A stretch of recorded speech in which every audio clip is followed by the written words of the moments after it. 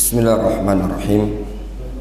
Alhamdulillahi wassalatu wassalamu ala rasulillah wa ala alihi wa ashabihi ajma'in, amma ba'd. Kita masuk pada halaman 42, babul wudu marrataini wa marratan wahidah. Bab berwudu dua kali dan berwudu sekali-sekali. Pada bab yang sebelumnya kita telah menyelesaikan keterangan dari Nabi Sallallahu Alaihi Wasallam tentang tata cara berwudu tiga kali. Namun pada bab ini disebutkan berwudu dua kali dan sekali-sekali. Ini juga menunjukkan kebolehan. Walaupun di sana yang paling sempurna, paling afdol adalah berwudu tiga kali, namun diperbolehkan bagi seseorang untuk berwudu dua kali basuhannya berdasarkan hadis yang disebutkan oleh penulis buku ini. Wa an Abdullah ibn Zaid radhiyallahu anhu, dari Abdullah ibn Zaid radhiyallahu anhu, anna nabiyya sallallahu alaihi wasallam qala, bahwasannya Nabi sallallahu alaihi wasallam beliau bersabda, tawaddu'a, atau anna nabiyya sallallahu alaihi wasallam tawaddu'a marratain. Kata Abdullah ibn Zaid bahwasannya Nabi sallallahu alaihi wasallam tawaddu'a marratain. Nabi sallallahu alaihi wasallam berwudu dua kali. Rawahul Bukhari, hadis riwayat Bukhari. Di sini hadis Abdullah bin Zaid riwayat Bukhari menyebutkan bahwasannya Nabi sallallahu alaihi wasallam berwudu dua kali. Ini menunjukkan kebolehan. Wa an Ibnu Abbas radhiyallahu anhu qala, dari Abdullah bin Abbas radhiyallahu anhu beliau mengatakan, tawaddu'an Nabi sallallahu alaihi wasallam marrah. Dulu Nabi sallallahu alaihi wasallam pernah berwudu sekali. Rawahul Bukhari, hadis riwayat Bukhari. Qala An-Nawawi rahimahullahu taala, berkata Al-Imam An-Nawawi rahimahullahu taala, ajma'al muslimun ala annal wajiba fi ghuslil a'dha marrah wa ala anna salas sunnah. Al-Imam An-Nawawi menyebutkan dalam syarah Sahih Muslim, kata beliau, para ulama, para kaum muslimin sepakat bahwasannya yang wajib pada basuhan anggota wudu adalah marrah, sekali-sekali. Itu hukumnya wajib. Wa ala anna salas sunnah, dan juga mereka sepakat bahwasannya pembasuhan tiga kali hukumnya sunnah. Jadi sekali hukumnya wajib, tiga kali hukumnya sunnah. Dua kali boleh kan? Jawabannya boleh. Fawaidul bab, faedah yang bisa diambil pada bab ini. Ja'atil ahadits as-sahihah bil ghusli marrah wa marratain wa salasan. Datang hadis-hadis yang sahih dari Nabi sallallahu alaihi wasallam bahwasanya beliau berwudu ketika membasuh anggota wudu sekali, dua kali dan tiga kali. Au ba'dul a'dha salasan wa ba'duha marratain. Atau juga telah datang riwayat dari Nabi sallallahu alaihi wasallam bahwasannya beliau membasuh anggota wudu sebagiannya dengan tiga kali, sebagiannya lagi dengan dua kali. Wal ikhtilaf dalilun ala jawazi dzalika kullih. Perbedaan hadis yang menyebutkan tiga kali, dua kali, sekali, bahkan ada yang tiga kali dicampur dengan dua kali. Perbedaan seperti ini adalah dalil yang menunjukkan kebolehan itu semua. Wa anna salas hiyal kamal wal wahida tujzi. yang mana pembasuhan 3 kali adalah yang paling sempurna, dan pembasuhan sekali tujzi, sah-sah saja.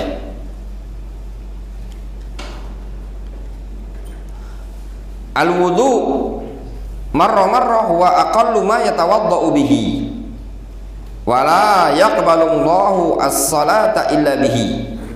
Berwudu sekali-sekali adalah wudu yang paling minimal bagi seseorang tatkala dia berwudu.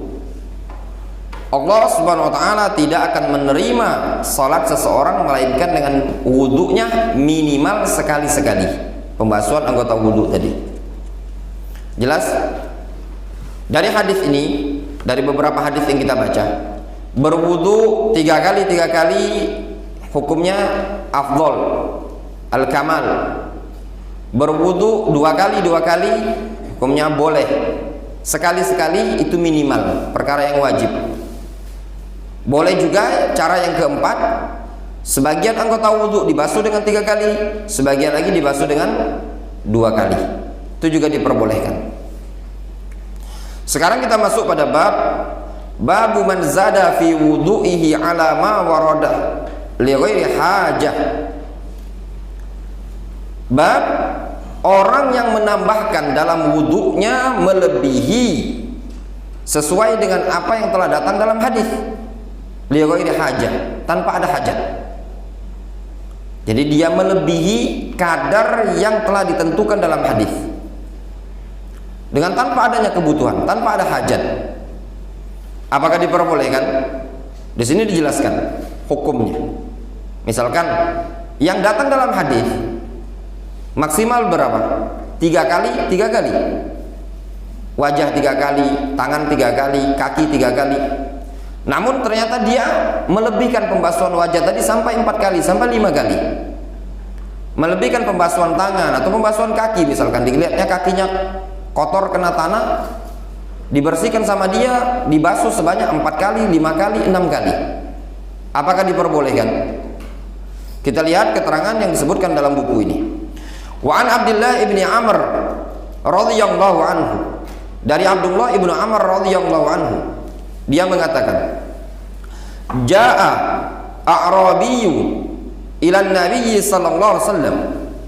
Datang seorang a'rabiyun kepada Nabi sallallahu alaihi wasallam. Yas'aluhu 'anil wudu. Orang Arab Badui ini bertanya kepada Rasul tentang tata cara berwudu. Fa'arahu al-wudu salasan. Lalu Nabi sallallahu alaihi wasallam memperlihatkan kepada laki-laki ini tata cara berwudu 3 kali. Dipraktekkan sama Rasul berwudu 3 kali. Summa qala, kemudian Rasul mengatakan, hakadzal wudu. Demikianlah yang namanya wudu. Dilakukan 3 kali. Ini wudu yang paling sempurna. Faman zada ala hadza faqad asaa wa ta'adda wa zalama. Barang siapa yang melebihi tata cara seperti ini, melebihi 3 kali, faqad asaa, maka sungguh dia telah berbuat jelek. Wa ta'adda, melampaui batasannya. Wa zalama, telah zalim.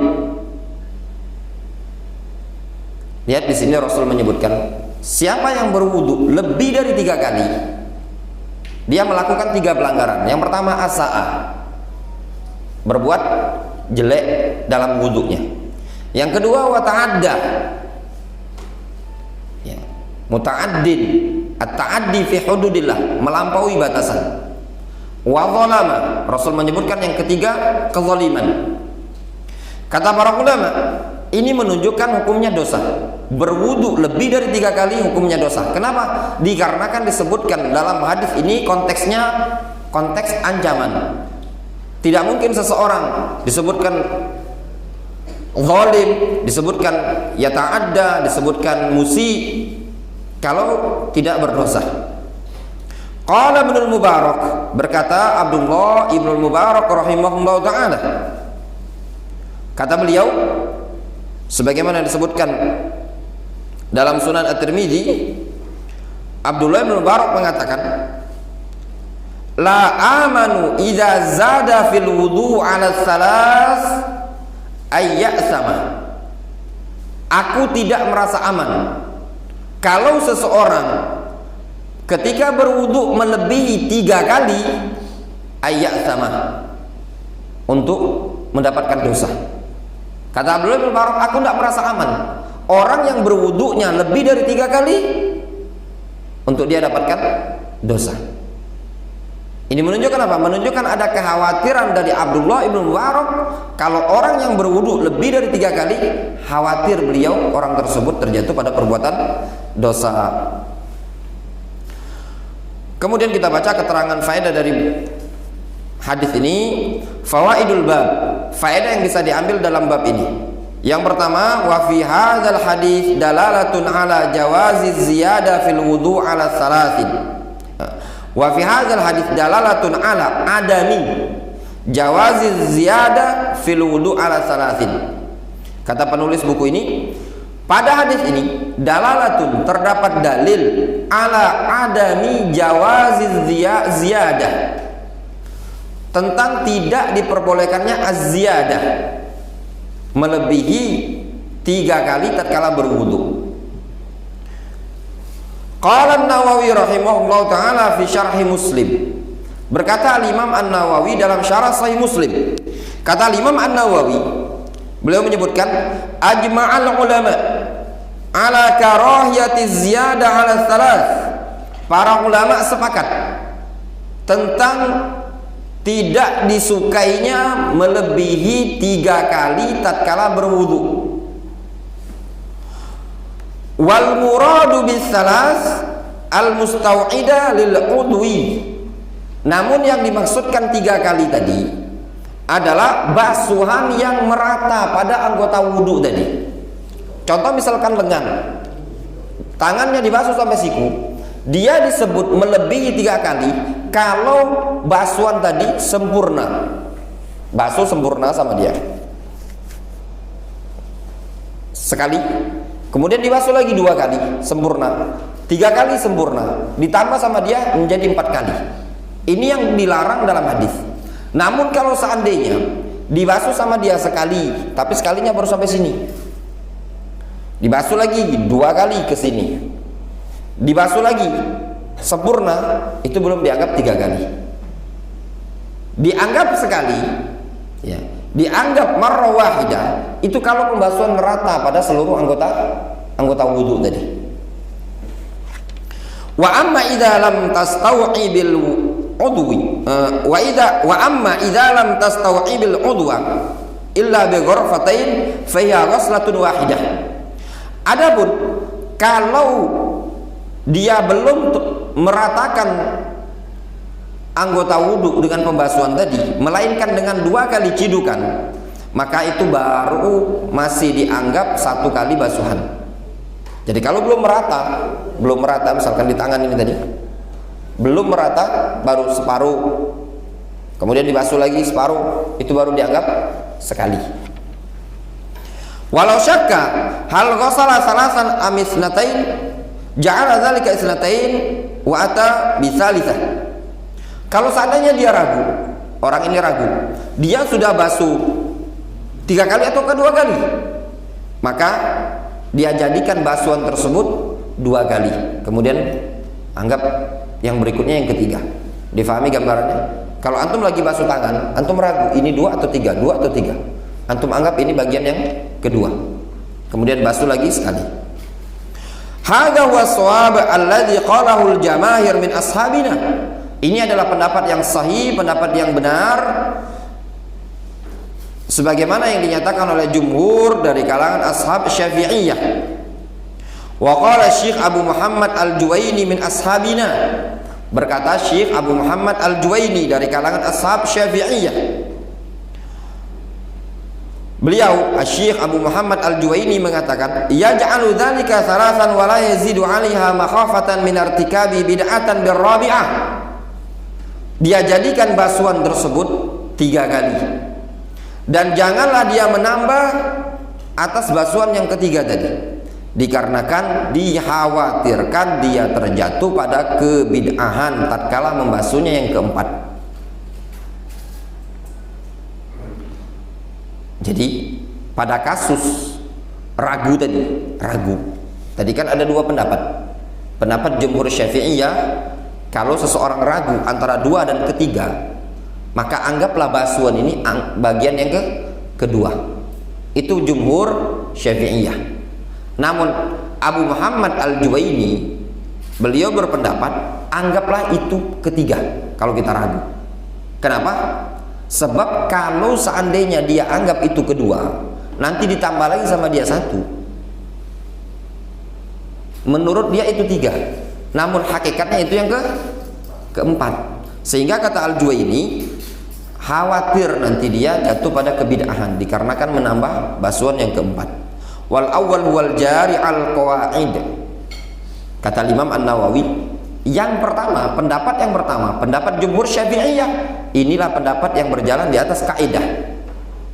Kaidahnya, apabila seseorang ragu antara yang suatu ibadah, antum berada di rakaat keempat atau ketiga, keempat ketiga, atau antum bangunlah rakaat ini tadi dengan keyakinan antum, sehingga antum masih tidak yakin, maka bangunlah dengan ghalabatul dhon.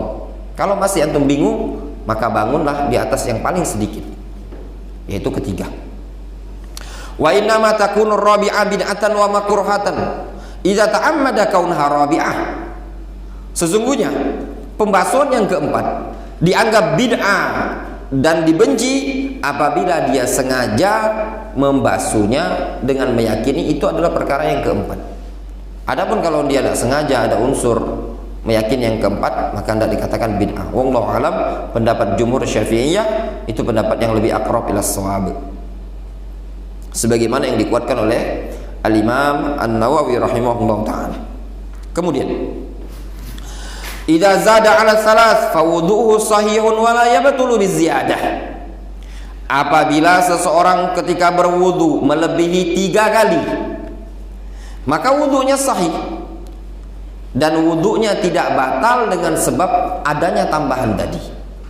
Kalau ada orang berwudu basuhannya sampai 4 kali, basuh wajahnya sampai 5 kali, 6 kali, apakah batal wudunya? Jawabannya tidak batal, wudunya sah. Qala An-Nawawi rahimahullahu ta'ala, berkata Al-Imam An-Nawawi sebagaimana dalam kitab Al-Majmu' Syarhul Muhadzab, kata Al-Imam An-Nawawi, idza zada 'ala salas faqad irtakabal makruha wa la yabtulu wudu'uhu.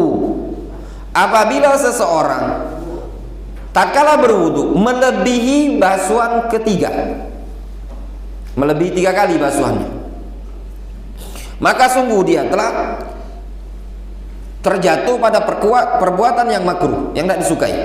Wala yabtulu wudu'uhu, namun wudunya tidak sah, namun wudunya tidak batal. Kata An-Nawawi, kalau dia lebih dari 3 sengaja, berarti dia sudah terjatuh pada perkara yang tidak disukai, perkara yang dibenci. Wala yabtulu wudu'uhu, dan wudunya tidak batal. Hadza madhhabuna wa madhhabul ulama kafatan. Ini adalah mazhab kami, mazhab Syafi'iyah, dan mazhab para ulama secara mayoritas. Jelas keterangan dari Al-Imam An-Nawawi rahimahullah ta'ala. Kemudian faedah yang berikutnya, wa man zada 'ala salas muta'ammidan asimah. Barang siapa yang menambahi lebih dari 3 basuhan, tangan tadi dibasuh 4, 5, kaki dibasuh mungkin 5, 6, 7, sengaja dilebihkan, asimah, dia berdosa. Limukhalafatihi hadan Nabi sallallahu alaihi wasallam wa kalamahu, dikarenakan dia telah menyelisih petunjuk Nabi sallallahu alaihi wasallam dan juga sabda Nabi sallallahu alaihi wasallam. Rasul menyebutkan, man zada 'ala dzalika faqad asaa wa ta'adda wa zalama. Siapa yang melebihi 3 kali basuhan, dia telah berbuat buruk, dia telah melampaui batas dan zalim. Dan juga Rasulullah SAW mempraktekkan wudhu beliau tidak dinukilkan dalam riwayat beliau melebihi dari 3 kali, beliau maksimal 3 kali. Sehingga seseorang yang membasuh anggota wudhu 4 kali, 5 kali, diulang-ulang, ini menunjukkan orang tersebut telah melakukan kezaliman terhadap dirinya pribadi, menyelisih sunnah Rasul dan juga menyelisih sabda Rasulullah SAW. Dan ini ada pada sebagian kaum muslimin ketika berwudu, khususnya mereka-mereka yang terkena penyakit syak dalam berwudu. Diulang-ulang, basuh wajah diulang-ulang. Ini kekeliruan. Qala al-'allama al-Utsaimin rahimahullahu taala, berkata Syekh Ibnu Utsaimin rahimahullahu taala, az-ziyadah fil wudu' ala thalath min ta'addi hududillah. Lebih dari 3 kali tatkala berwudu termasuk tindakan melampaui batasan-batasan Allah Subhanahu wa taala. Waqad qala Allah tabaraka wa taala, sungguh Allah Subhanahu wa taala telah mengatakan dalam Al-Qur'anul Karim, wa may yata'adda hududallahi faqad zalama nafsah. Barang siapa yang melampaui batasan-batasan Allah, maka sungguh dia telah menzalimi dirinya. Selesai penukilan dari kitab Fatawa Nur 'alad Darbi. Walihada qala Ibnu Mubarak, oleh karena inilah Abdullah Ibnu Mubarak mengatakan, la amanu idza zada fil wudu' ala salas ayyasama.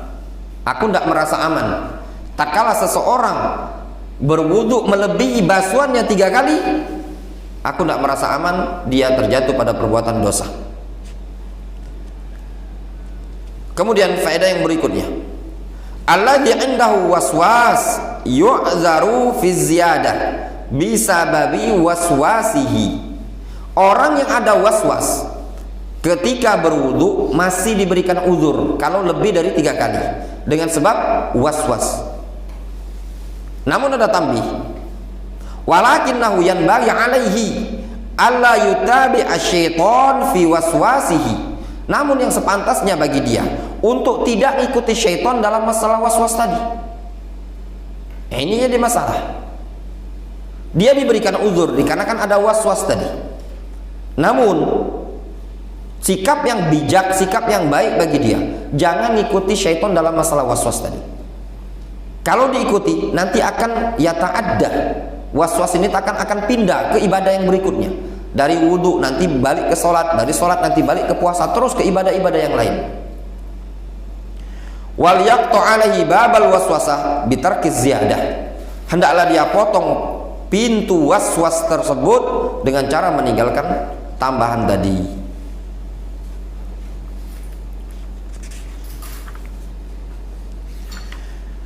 Wallahu ta'ala a'lamu bishawab.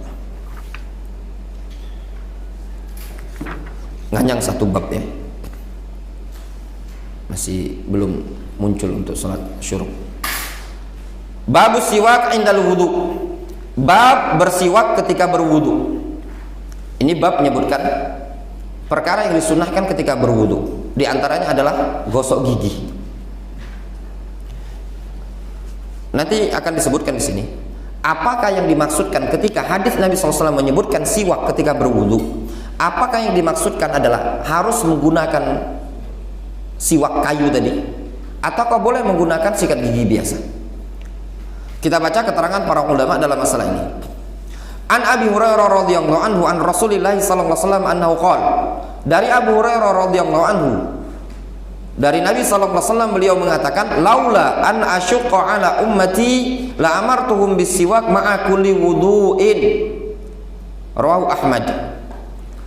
Kata Rasul, kalau seandainya tidak memberatkan umatku, niscaya aku akan perintahkan mereka untuk bersiwak bersamaan setiap kali berwudu. Dalam hadis ini diambil faedah oleh para ulama, termasuk waktu min awqati istihbabi at-tasawwuk adalah indal wudu. Termasuk waktu yang disunahkan untuk bersiwak, gosok gigi adalah pada saat berwudu. Fawaidul bab, faedah yang bisa diambil dalam bab ini. As-siwak bi kasri sid. As-siwak dengan mengkasroh sid. Lihat di sini. Yuradu bihi fil istilah isti'malu udin au nahwihi fil asnan litazhaba as-sufratu wa ghairuha. Siwak secara istilah menggunakan ud, kayu atau yang semisalnya. Lihat, menggunakan kayu atau yang semisalnya di gigi untuk atau supaya hilang warna-warna bercak kuning dan yang semisalnya yang ada di gigi. Para ulama menyebutkan lafaz siwak punya dua makna. Makna pertama bermakna al-ud alladhi yusta'mal, ya, kayu yang digunakan untuk gosok gigi yang biasa dijual itu. Kalau antum umroh itu ada yang jual-jual di Masjid Nabawi, di emper-emperan di Mekah, itu siwak, ya, biasa dijual-jual di masjid daerah kita di Palembang ini, itu namanya siwak. Itu makna yang pertama. Makna kedua, kata para ulama, siwak itu bermakna al-fi'lu, perbuatan membersihkan gigi dengan alat apapun, entah antum dengan sikat gigi, entah dengan kain, entah dengan mungkin lap, bahkan dengan jempol, kata para ulama, itu tetap dianggap bagian dari bersiwak. Sehingga lafaz siwak punya dua makna. Makna pertama alat yang digunakan, makna kedua adalah al-fi'lu, perbuatan. Kalau yang dimaksud adalah makna dengan alat kayu tadi, itu jelas, ya, itu yang dipraktekkan oleh Rasulullah SAW. Namun kalau yang dimaknakan adalah dengan alat apapun, dikarenakan maknanya adalah fi'il, sehingga dengan sikat gigi juga disebut dengan bersiwak. Jadi jangan ada alasan mengatakan, oh antum gosok gigi itu tidak disunahkan ya akhi. Yang disunahkan adalah dengan menggunakan akar atau kayu arok itu tadi. Itu yang disunahkan. Kalau antum dengan sikat gigi, dengan odol, itu tidak disunahkan. Ini pemahaman terlalu dangkal dan kurang mengkaji. Dulu kita di awal-awal mondok, ada seseorang yang lebih senior dari saya, dia mengatakan sebenarnya yang disunahkan itu adalah dengan menggunakan akar kayu arok atau dengan kayu tadi, bukan dengan menggunakan odol atau sikat gigi, dikarenakan lafaz siwak adalah khusus menggunakan alat. Namun setelah dikaji dan dicek, tidak seperti itu pemahamannya. Lafaz siwak mempunyai dua makna. Makna pertama adalah bermakna kayu yang digunakan, makna kedua adalah tindakan dia membersihkan gigi disebut dengan siwak. Kita baca, as-siwaku sunnatun muakkadah. Siwak adalah sunnah yang sangat ditekankan. Wa qad hasanna alaihi nabiyyu sallallahu alaihi wasallam fi mawadhi' katsirah. Nabi sallallahu alaihi wasallam telah menganjurkan untuk bersiwak pada banyak kondisi. Hatta innahu qala yauman li ashabihi radhiyallahu anhum, sampai-sampai dulu Nabi sallallahu alaihi wasallam pernah mengatakan di kalangan para sahabat, aktsartu alaikum fis siwak. Aku telah sering menyebutkan kepada kalian untuk agar bersiwak. Rawahul Bukhari. Jadi saking seringnya Rasul, banyak sekali Rasul menganjurkan para sahabat untuk bersiwak, sampai sebagian para ulama seperti Ibnu Abdul Hadi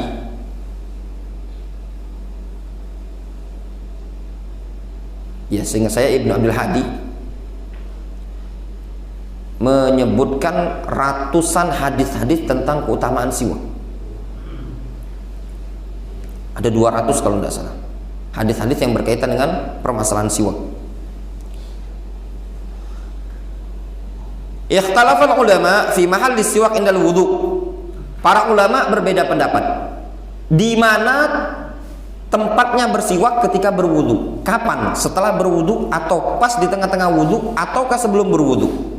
Faqala ba'duhum indal matmadhah. Sebagian para ulama mengatakan bersiwak ketika berwudu itu tatkala kita kumur-kumur. Ketika kita kumur-kumur, disitulah kita gosok gigi.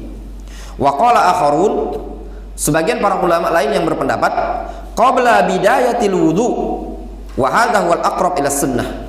Sebagian para ulama mengatakan kalau mau bersiwak, gosok gigi pada saat berwudu, lakukan sebelum berwudu. Dan ini adalah pendapat yang lebih dekat kepada sunnah. Lima thabata min tasawwukihi sallallahu alaihi wasallam qabla ibtida'il wudu fi aktsara min haditsin. Berdasarkan riwayat yang telah sahih dari Nabi sallallahu alaihi wasallam bahwasanya beliau bersiwak, gosok gigi sebelum memulai wudu pada banyak hadis. Di antaranya hadis Abdullah bin Abbas, anna Nabiyya sallallahu alaihi wasallam qala, bahwasanya Nabi sallallahu alaihi wasallam qama min akhiril lail fatasawwaka wa tawaddaa thumma qama fa shalla. Hadis Abdullah bin Abbas, dia menceritakan dulu Rasulullah SAW bangun di ujung malam, kemudian beliau gosok gigi, lalu beliau berwudu, kemudian beliau sholat. Lihat, kata Abdullah bin Abbas, dulu Rasul bangun di ujung malam, beliau gosok gigi, kemudian beliau berwudu, kemudian beliau sholat. Muttafaqun alaih. Wa hadza lafdhu Muslimin mukhtasaran. Ini lafaz Muslim secara ringkas. Wa inda Abi Daud, dalam riwayat Abu Daud, falamma istayqadha min manamihi ata tahurahu fa akhadha siwakahu fastaka thumma tala hadhil ayat. Dalam riwayat Abu Daud disebutkan, tatkala Rasulullah SAW bangun dari tidurnya, beliau mendatangi tempat wudhu, tempat air bersuci beliau. Kemudian beliau mengambil siwak, lalu beliau bersiwak. Kemudian beliau membaca ayat, Inna fi khalqis samawati wal ard wa ikhtilafil laili wan nahari la ayatin li ulil albab. Hatta qaraba ayakhtimas surah au khatamaha, sampai beliau sudah hampir mendekati hatamnya bacaan surat tersebut. Ini kan di akhir-akhir surat Ali Imran ya, atau beliau telah menyahatamkannya. Tsumma tawaddaa fa'ata musallahu fa shalla rak'atain. Kemudian Rasul berwudu, lalu beliau mendatangi tempat sholat beliau, lalu beliau sholat 2 rakaat. Dalam riwayat Abu Daud disebutkan Rasul menuju tempat air wudhu, beliau gosok gigi dulu, kemudian beliau berwudhu, kemudian beliau sholat. Wa indal Hakim, pada riwayat Al Hakim, summa istanna bisiwaki, summa tawaddoa, summa dakhala musallahu fa shalla rak'atain. Dengan jelas, dengan tegas lagi, pada riwayat Al Hakim disebutkan, kemudian Rasul bersiwak, lalu Rasul berwudhu, kemudian Rasul mendatangi tempat sholat, kemudian beliau sholat 2 rakaat. Dalam bahasa Arab ini menggunakan summah. Jelas dalam bahasa Arab yang namanya summah yufidu tartib, urutan. Kemudian faedah yang berikutnya, al-wudu bisiwakin afdal minal wudu bi ghairi siwakin. Berwudu dengan cara bergosok gigi lebih afdal dibandingkan wudu tanpa gosok gigi. Jadi anjuran Islam untuk gosok gigi itu melebihi anjuran dokter gigi. Dokter gigi berapa? Sehari paling 2 kali, 3 kali. Islam menganjurkan setiap kali sholat. Kalau sholat minimal 5 kali, berwudu maka minimalnya 5 kali. Wa dzalika li amrin Nabi sallallahu alaihi wasallam bihi inda kulli wudu'in fadalla ala afdaliyatil wudu' bihi. Kenapa dikatakan berwudu dengan cara gosok gigi dulu itu lebih afdal? Dikarenakan Nabi sallallahu alaihi wasallam memerintahkan hal tersebut pada setiap kali berwudu, maka hal tersebut menunjukkan bahwasannya tindakan itu, bersiwak, gosok gigi, adalah tata cara berwudu yang paling afdal. Disebut afdaliyatil wudu. Jadi wudu yang paling afdal adalah dengan cara bersiwak. Selain dari 3 kali tadi, plus ditambahi dengan gosok gigi. Kemudian faedah yang berikutnya, ittafaqal ulama ala anna afdal ma yastaku bihi wal udul araq lima fihi min tibin wa rihin wa tash'irin yakhruj atau yukhrij wa yunqi ma bainal asnan min baqaya at-ta'am wa ghairi dzalik. Para ulama sepakat bahwasanya yang afdal, alat yang paling afdal yang dia gunakan untuk bersiwak, ya, kesepakatan para ulama sepakat, alat yang paling afdal yang dia gunakan untuk bersiwak adalah huwa udul araq, ya, udul araq, kayu atau ranting yang dari araq. Araq itu pohon siwak, itu namanya araq. Itu yang paling afdal. Kenapa? Lima fihi min tayyibin atau lima fihi min tayyibin, dikarenakan pada akar atau kayu ranting itu tadi, padanya terdapat sesuatu yang bagus, tayyib, ya.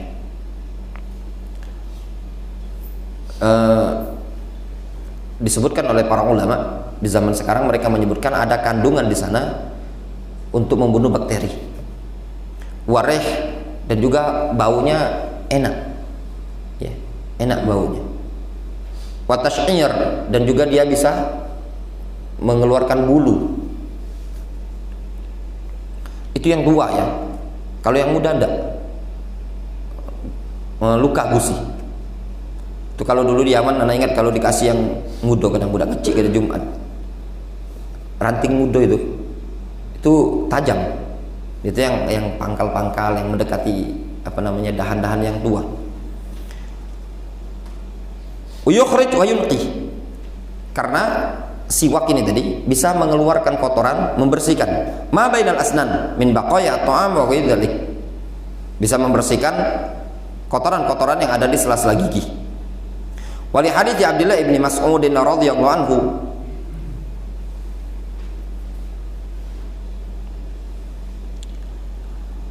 berdasarkan hadis Abdullah ibn Mas'ud radhiyallahu anhu,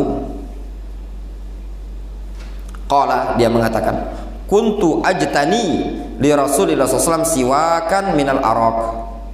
Dulu aku pernah menyerahkan atau memberi siwak kepada Rasulullah SAW dari pohon araq, ya, jadi memang dulu pernah, itulah yang dipakai oleh Rasul. Abdullah bin Abbas, ijtani itu memetikkan atau mematahkan, dikasihkan sama Abdullah ibnu Mas'ud. Kemudian faedah yang berikutnya, ikhtalafal fuqaha fil istiyak hal yakunu bil yadil yumna au bil yadil yusra. Para ulama ahli fikih berselisih, apakah gosok gigi dengan tangan kanan ataukah dengan tangan kiri.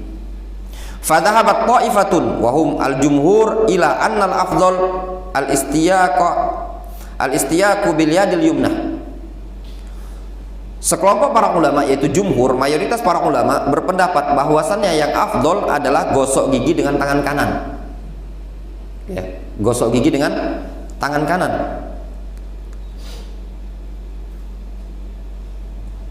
Li umumi hadis Aisyah radhiyallahu anha qalat, berdasarkan keumuman hadis Aisyah mengatakan, kana Nabi sallallahu alaihi wasallam yu'jibu tayamunu fi tana'ulihi wa tarajjulihi wa tuhurihi wa fi sya'nihi kullih.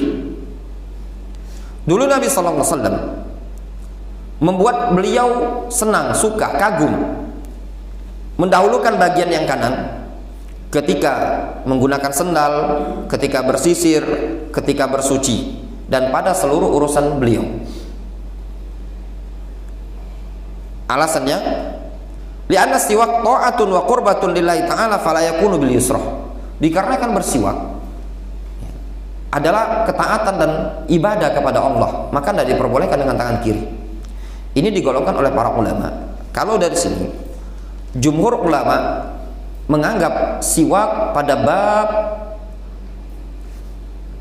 adalah bab untuk babu taharah, bab berbersih, bukan bab izalah al-qadhurat, ya. Letak permasalahan mereka tadi, gosok gigi itu masuk pada bab bersuci ataukah masuk bab menghilangkan najis, menghilangkan kotoran. Mereka menyebutkan kalau bab bersuci maka yang didahulukan adalah kanan. Tapi kalau bersiwak digolongkan pada bab menghilangkan kotoran, karena kan kotoran gigi, maka yang disunnahkan adalah kiri. Al-Hafidz Ibnu Hajar dalam Fathul Bari, beliau lebih condong ke pernyataan yang menyatakan siwak adalah dengan menggunakan tangan kanan dikarenakan dimasukkan pada bab at-taharah, bukan bab izalatul qadhurat. Wa dhahabat ta'ifatun ukhra minal ulama ila istihbabil istiyak bil yadil yusra.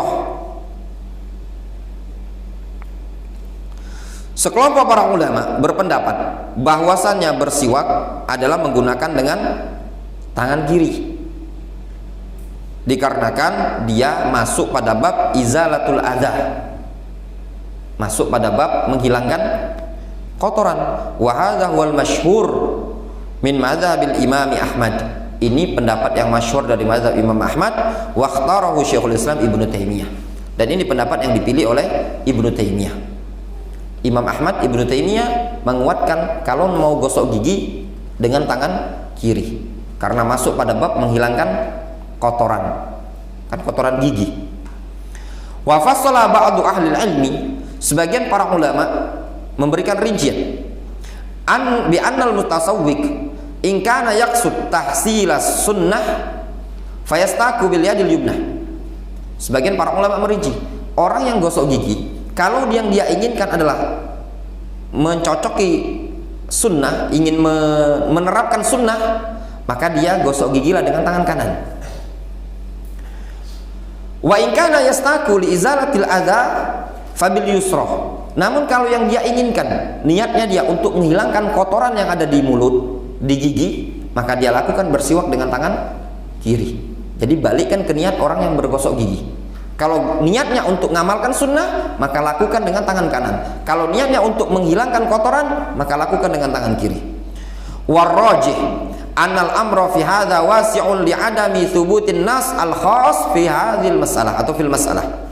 Pendapat yang rajih kata penulis buku ini yaitu Syekh Khalil Ibn Abdullah Ibn Ahmad Al-Hammadi. Dia mengatakan pendapat yang rajih dalam masalah ini adalah annal amra fi hadza wasi'un. Masalah ini luas dikarenakan tidak ada dalil yang sabit secara khusus tentang kasus ini tadi. Dalam artian boleh-boleh saja, mau kanan tidak masalah, mau tangan kiri tidak masalah. Dan itu pendapat yang dikuatkan oleh guru kami Syekhuna Syekh Abdurrahman Ibnu Mar'i Al-Adani rahimahullah ta'ala ketika pelajaran beliau ketika kita mengkaji kitab At-Tibyan fi Adabi Hamalatil Quran, yang beliau menyebutkan di Darus Ba'da Asar ketika itu, wal amru fi hadza wasi'un. Urusan dalam masalah ini bebas-bebas saja, mau kanan tidak masalah, mau kiri juga tidak masalah.